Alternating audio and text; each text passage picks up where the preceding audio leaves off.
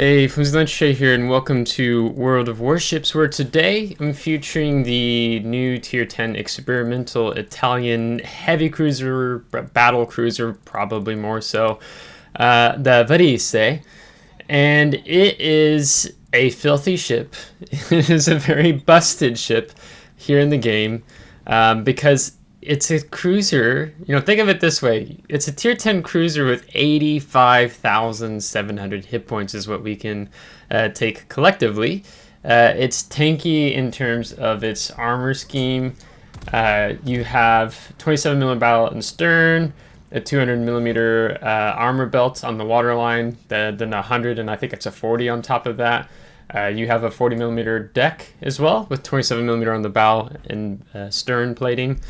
And it's all about, the gimmick for this boat is about the fight or flight, where your secondary battery firing range can be a maximum of plus 16%, your secondary battery reload time a maximum of negative 40%, and you need the minimum effective ship hit point threshold to be around 25,000. I don't know if that's taking into account Charlie Kilo and all those types of things to add more hit points, like the 85,700 you sit here with.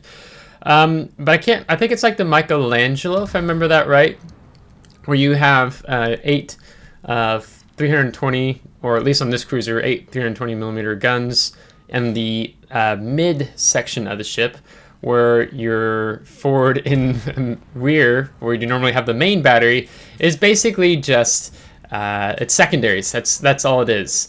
So I have a lot of clips here at the start, and basically, like, this clip is kind of funny. So there's this Annapolis who's been up here stalking and waiting, and I'm like, oh no, he's gonna burst fire me with the armor piercing, and instead of burst firing with armor piercing, he burst fired me with high explosive. And we just switched to armor piercing and say, hey, this was the ammunition you were supposed to shoot, and you capitalize on that. So this ship really, it's kind of reminds you of the Libertad, where, I mean, ideally, all you have to do to make these ships work is angle your armor and have just somewhat okay-ish map awareness, situational awareness. Like in the Bourgogne, he fires armor piercing at us, or high explosive when armor piercing would have been better there, right? So part of what the gimmick of this ship is, and when you're experiencing with WoW's player base, is sometimes the WoW's player base makes it even easier for you with this ship when they're not so coordinated, between choosing armor piercing versus high explosive, and just reading what the players are doing. I should have totally died there to the Annapolis, but hey. So because of that not happening, we just get to W into the team. And that's really what this ship does well. I really prefer pushing flanks as much as possible. Because the other thing that makes the ship so strong is you have a heavy repair team, which is insane in terms of the amount of hit points you can heal back. Kind of like, I think it's similar to the Sevastopol, if I remember right. It's really filthy, but you have a long cooldown time. I think like 120 seconds, but you can get it come off cooldown even faster. The main battery, the point of this clip is, it's not accurate main battery. This clip here makes it look like it's pretty accurate, but the point is it's a Hanover, it's a massive battleship, and he has a lot of superstructure we can land, and so 5 of our 8 shells hit on, and that's 14,000 with the SAP. That's not normal that you have those high SAP salvos, because the main battery guns really want you to be mid-range, so let's say 15 kilometer and under. More ideally 12 to be consistent because of the sigma and dispersion not being so hot. And so this ship excels fighting at the mid-range of the 12 to 15. Your kilometers hit really hard because you're also taking pack-a-punch to get the secondary range out, and then that only buffs your torpedo damage as well. So you want to, okay, so let's say 8 to 15, but I've had only very few opportunities to use the torpedoes. It's mainly you're just focusing using your secondaries and angling your armor. So it's a boat really where all you have to do is steer it and let the ship do the rest. There was a clip where I had this guy, I think one of my viewers was saying, you're supposed to destroy the Sith, not join them, Flimsy. And I had just started playing the ship, and I was wrapping my mind around it, and now like I really understand what he was saying. But like, you know, here's a Khaba who's just gonna sell donuts in front of us the whole time, donating all of his hit points to us. He has 6-kilometer torpedoes. I know that. I have Hydra up, and I'm just gonna reverse outside. You know, he came in within 5.8. We're gonna reverse away. The torpedoes will run out of steam, and he's just kind of sitting there going in donuts, right? You know, if you're in like a Khaba and you decide to take on the Varese, and you know, this is a SAP boat. I'm gonna pin your armor. Like, yes, it's a Khaba, it's a bit more of a tanky DD, but it doesn't really matter here, right? So rather than maybe just throttle juking and stuff, he just kind of just keeps doing donuts and showing us lots of side. And you see how much side and I have to show in order to get the main battery off. That's one of the things that's quite tricky with this boat. So some might prefer steering gears in the fourth slot. I take propulsion. So if you swing your ship out to get all the both main battery guns off, you really need to time it well, especially if you're dealing with battleships who are going to complimented the Khaba with good manners there. Sorry, I thought that was really funny because he gave us a lot of hit points here, right? So some commanders might prefer the rotor shift, and I'll talk about that when I do upgrade commander build video in the next day or two here on the Varese. But you know, we take top grade gunner, you know, within secondary battery range. We get a faster reload on the main battery as well, and I think there's like a slight buff on the secondaries also with that. So I mean, really, it's like, what was Wargaming thinking when they made this ship? I wonder what it looked like in other iterations during the testing. Like, can't remember off the top of my head, like if they made some adjustments to the ship. I'm assuming they did, whether they nerfed it or buffed it. I don't know which, but it's yeah, it's a really filthy boat. I did take a Citadel earlier from the Hanover when around the corner. I didn't angle my armor well enough. The second Hanover here, you know, here you can see our secondaries are bloomed out to, I think it's 14.8. That's right, folks. The fighter flight status is to, these new experimental ships are more focused on the secondary batteries.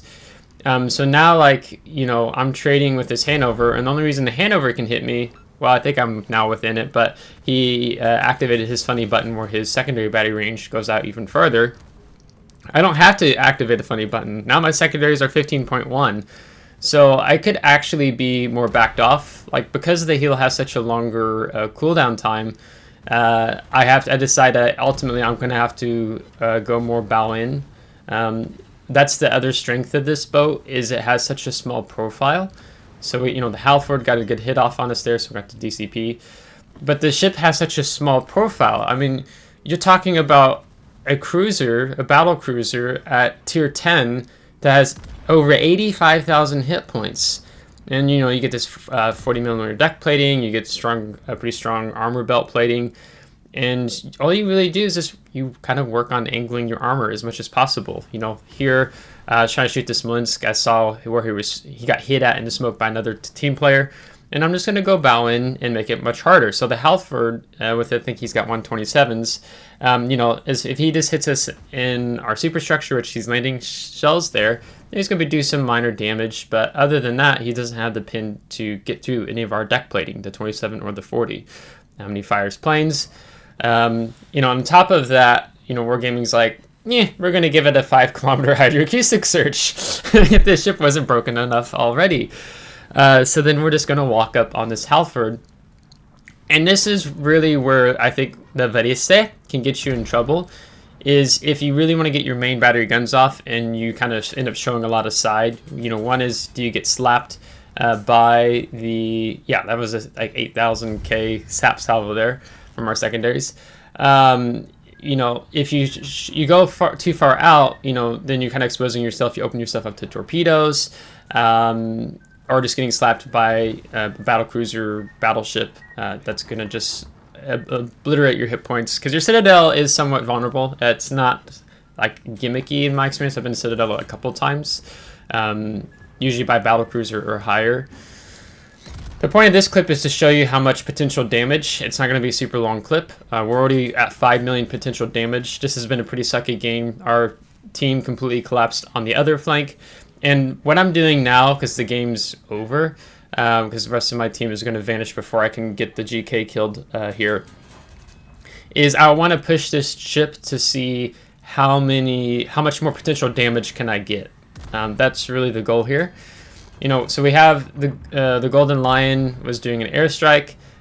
We've had the reason why we had so much potential damage is we've had a Golden Lion dropping strikes in and around us. We've had a Kitakami torpedoing us. We've had a Shimakaze torpedoing us. We've had a Venezia shooting at us. We've had a Sicilia shooting at us. We've had the GK shooting at us. The Golden Lion has also been shooting at us. We had a Druid shooting at us. So we were tanking like lots and lots of damage, a lot of focus from the enemy team. And so we end up getting this like ridiculous potential damage out of this game. So that's really why, you know, I've done very little this game. You know, we got the Confederate, but we haven't gotten any kills, or we haven't had a lot of main battery hits either, just because how much you know, side we end up having to show. And a lot of the engagements I've had has been like bow in or bow out. And we've had games up to 200,000 damage we've taken. And then I think the last strike here, and then these torpedoes getting really close, ends up pushing us over the 6 million potential damage, because otherwise we would have just died right there to the Shima torpedoes, right? But there you see it, center of the screen, 6.1 million potential damage, and I'll zoom up on it so you can see it a bit better. Filthy. Like, I've had a couple of other games that are over 4 million potential damage. This ship has busted my potential damage record, which I think was in the Conqueror, like 5.1 or something like that, and I really had to try. Like, where in this ship it was like, you know, just kind of be mindful, and like the Varese can really just be summarized as just steer the ship and angle your armor, and that's really all you have to do. And hopefully you have something within your secondary main battery range, right? Here I'm going to W this flank. There's nothing really preventing us from Wing the flank. As a cruiser, Cerberus got blapped. The submarine decides to come up to the surface. We've got 8-kilometer depth charge airstrikes. I've got SAP 320, so we're just going to go ahead and do that in addition to our secondaries working. And you can see we also have the unique commander. I've just spaced his name. I keep wanting to say Lucians, and I know that's not right. I'll show you in this upgrading commander build video I do on the ship. So we're getting all the, you know, extending our main battery range when we get a kill. We get Confederate, then we get some faster reload times. His name's on the tip of my tongue. And so that makes the ship even more potent than it already is when you put this unique special commander on it.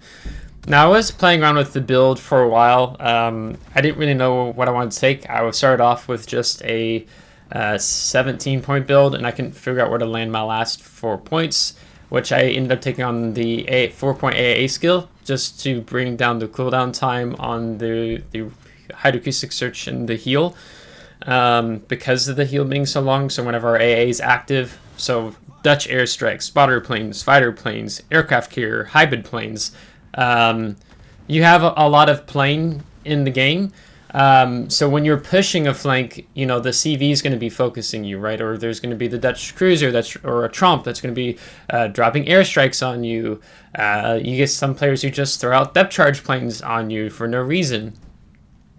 So then that kind of becomes even harder to kill you than what you already are. Alternatively, you could probably throw the 4-point skill into the outnumbered skill, which gives you plus 8% speed and plus 10% reduction in your main battery shell dispersion. And like here later, you're going to see, I'm like, oh, like outnumbered probably would have worked out well. I wouldn't be activated right now because it's 3, and I've got like, I'm a little closer to my team than I am the enemy team here. But like, this is a pretty sick combination right here. This doesn't really happen to me. You know, we have a submarine in front of us who's leading the way. He spots the Hayate. So just pay attention, you know. So now I'm trying to get secondaries firing off from both sides of my ship. Without my main battery touching, you know, there's a 3,600K salvo on the Hayate. Secondaries are still firing off on both ships, but of course we want to take out the Hate. But the submarine is spotting the Hate, otherwise I shouldn't be able to see him. You know, so that sucks. You get spotted in a destroyer and is like, what am I being spotted by? Like, there's nothing I can do.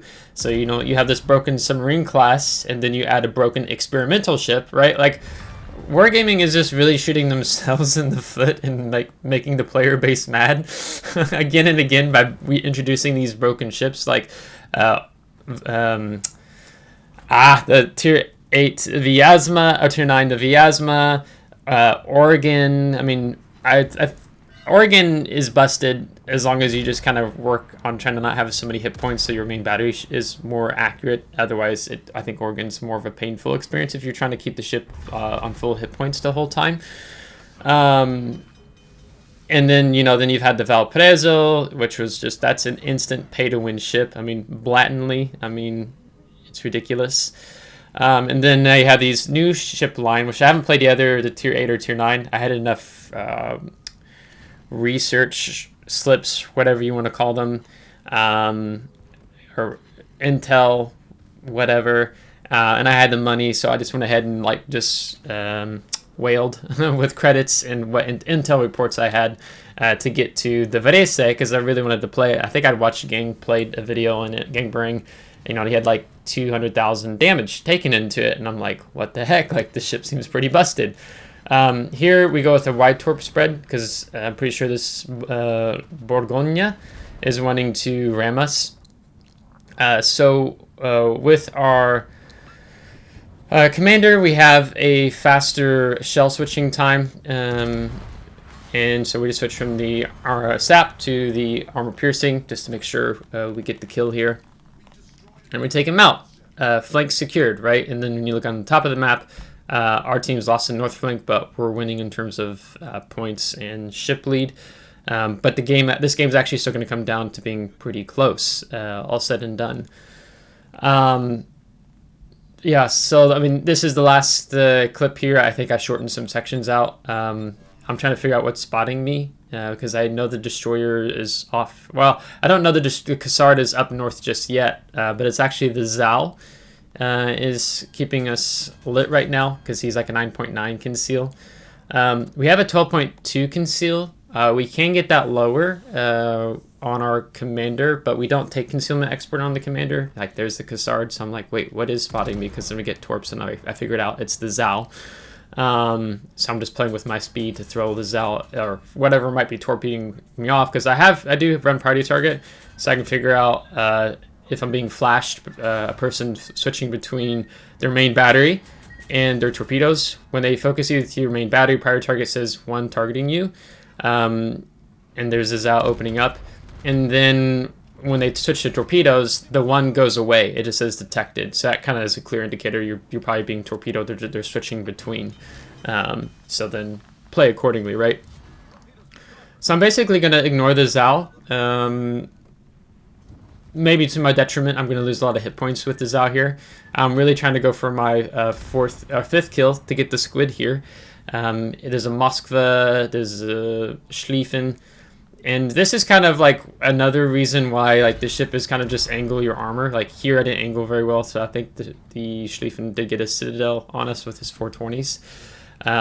But we will have our heavy repair team back off cooldown in 20 seconds.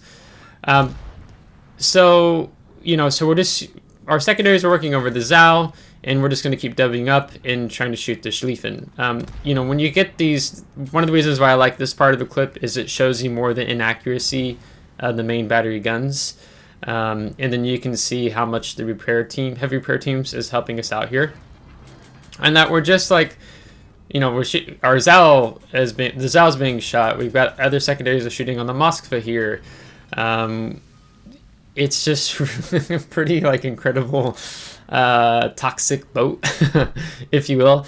Now the Zal I think has a decent pin, so I mean I don't remember if the Zal can pin over 40 millimeter. I think it's over 30s at least. I think the Zal can pin over 40. I could be wrong here. I can't remember. I don't really play the Zal very much.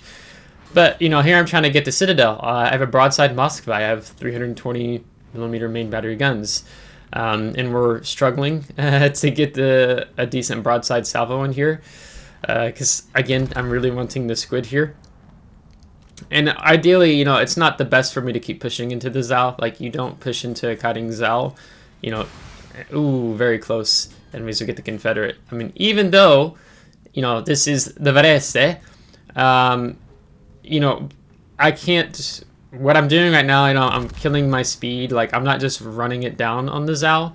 The Zal, in this situation, like, I'd have to show a lot of side to get my main battery guns off, and the Zal, and I might end up eating torpedoes from the Zal, as Zal has really good kiting angles for the torpedo arcs. So that it would be to my detriment to keep pushing into the Zal. So the other thing here as well, that you'll be playing with the Varese at times to help you out in terms of survivability, is trying to shut your secondaries off. Because you will, at times, depending on your fight or flight status, your secondary battery range will be greater than your concealment range, right? So if you're really wanting to go dark and stay alive, or, you know, go dark to wait to get your heal off, there are times you're going to want to be able to get your shut your secondaries off, which is just if it's a default key, you just press the P key. That will turn your AA and secondaries off. But here, you know, you can see it's a 4v4. Now we're behind on points, despite, you know, the big ship lead and points lead we had previously. So I want to turn my attention back to the Cassard and trying to take him out. So look at all the secondaries in the air. I mean, that's where you see that secondary range at work. That's where you see the secondary battery reload time being like, it's definitely the negative 40%. And then, you know, throwing things like adrenaline rush, right? It's quite egregious as we put out the fire, and we do avoid taking another fire there. And then I just end up playing dark until towards the end here. I'm just trying to angle up here. If the Zal pushes into Bravo, then I can have his broadside. So that's why you see the armor piercing loaded. So we're going to switch back to the SAP, and we're also looking at the Loria. So we have a Vermont, and we still have the submarine. So we want to keep the Loria from flipping the cap. Now the Loria with the 457 SAP will definitely wreck us. Again, it's kind of weird how much more the SAP battleships are becoming relevant in World of Warships again. You know, you have like Colombo with a unique upgrade, and then Loria. That's really, you know, so when you talk about maybe the weaknesses of Varese, you know, it's SAP in the same way, like for the Libertad, it's SAP. So the SAP battleships are becoming more and more vital in the game, I think, if you will, to punish these more gimmick boats here in World of Warships. The other weakness of the Varese is your AA. I think your AA bubble is like 4... What is it? 4.8, 4.5, AA 4.6. But with the 4-point AA skill, it helps us out here. But you'll never prevent the first strike with the Varese. And they made I think they made the secondary battery turrets really tanky, so it's really hard to incapacitate them. So I mean, really, it's probably submarines, it's CVs, it's SAP. Battleships are pretty much the biggest weaknesses for the Varese to deal with. I mean, better than that, I mean, the flanks are yours, the map's yours as long as you're semi-competent with brawling. I mean, you can be average with brawling in the game. When talking about playing mid-range, high tier, that's really all you have to do. It's just angle and sail your ship into a fight and let the ship do most of the work for you. I mean, that's really all it is. It doesn't take much skill to play the Varese, and that's the sad part that wargaming is drifting into. As the player base skill level as a whole declines, you know, we've lost a lot of veteran players. That's why you can hardly play operations with flagships or ops without losing most of the time anymore. Is we've lost a lot of the skilled players in the game. And I thought this clip actually right here is really funny because the submarine outperformed us by 1 base XP, because submarines get a base XP booster that no other ship in the game gets, right? But we took 181,000 damage there in this game. But back to what I was saying, you know, wargaming has introducing more and more ships into the game that doesn't require a lot of skill or thought process by the player base, because when Wargaming balances a ship, they don't balance it around really skilled players. Like, I would consider myself a skilled player in the game. They balance it around, if people aren't good in the game, that's where they balance the ships around. So then people who are really good in the game, like there are many other people that are much better than me in World of Warships, like, you know, John the Ruthless, a lot of the YouTube other content creators, the CCs, Gang Barang, you know, absolute legends in the game. And then you put a ship like this in their hands, or sort of my hands as well, and it's like, as long as you have situation awareness, map awareness, you know, understand the strengths and weaknesses of the ship, like, I mean, you can have 6 million potential damage games and a cruiser with over 85,000 hit points and like wicked SAP secondaries. Like, what are you supposed to do when you're pushing a flank and a Khaba can't do anything, a Bogonia can't do anything, a Hate can't do anything, a submarine can't do anything, right? Because you're picking on players in the player base that's not as skilled as it used to be back in the day.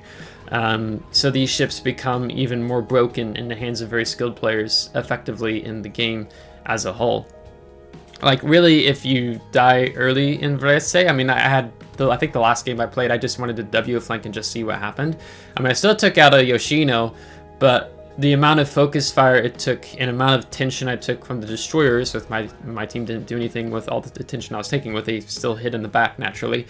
It takes a lot to focus down and take out a Varese. Like, ideally, the longer you leave the ship alive on the ocean, the map, the more of a pain it's going to be able to deal with later on, right? So the strength of this ship really is pushing flanks and overwhelming them, because there's really not much you can do. I understand Wargaming probably nerfed the AA of this ship to help it not be as strong. But I mean, when you give the ship, like, if they took away the hydro, that would really limit the ship more greatly. Or like maybe they gave it a 3-kilometer hydro instead of a 5-kilometer hydro.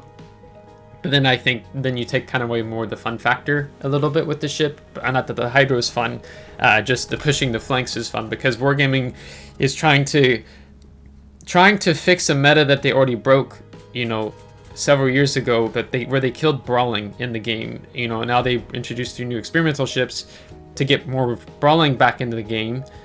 And it's like, why? Like, you know, a lot of these ships, ideally you don't want to push in anymore in the game, but then they give you a busted ship like Varese, Valpreso, and other ships in the game that can really push your flank and just collapse it on their own, without even having support from their team necessarily. I mean, it's quite a sad state that the game has come into. So at some point I'll play the other 2 as well. But that's all I have for today. And I'll do an upgrade commander build video on the ship next day or 2. It's a really funky, unnormal build. Maybe Napoli build could work a little bit here with this ship, but I still had to respec what I was doing with the Italian commander, which I still can't remember his name, even though I get to the end of this video now. So yeah, so with that being said, we're going to drop the video to a close now. If you liked this video, give it a thumbs up. If you didn't, give a thumbs down. Subscribe if you want to see more. If you have subscribed, thanks so much. I appreciate it. Thank you to my Patreon supporters. Let me know your thoughts about the experimental ships in the game and how are you feeling about them, and we can have a discussion below. So, till next time, take care.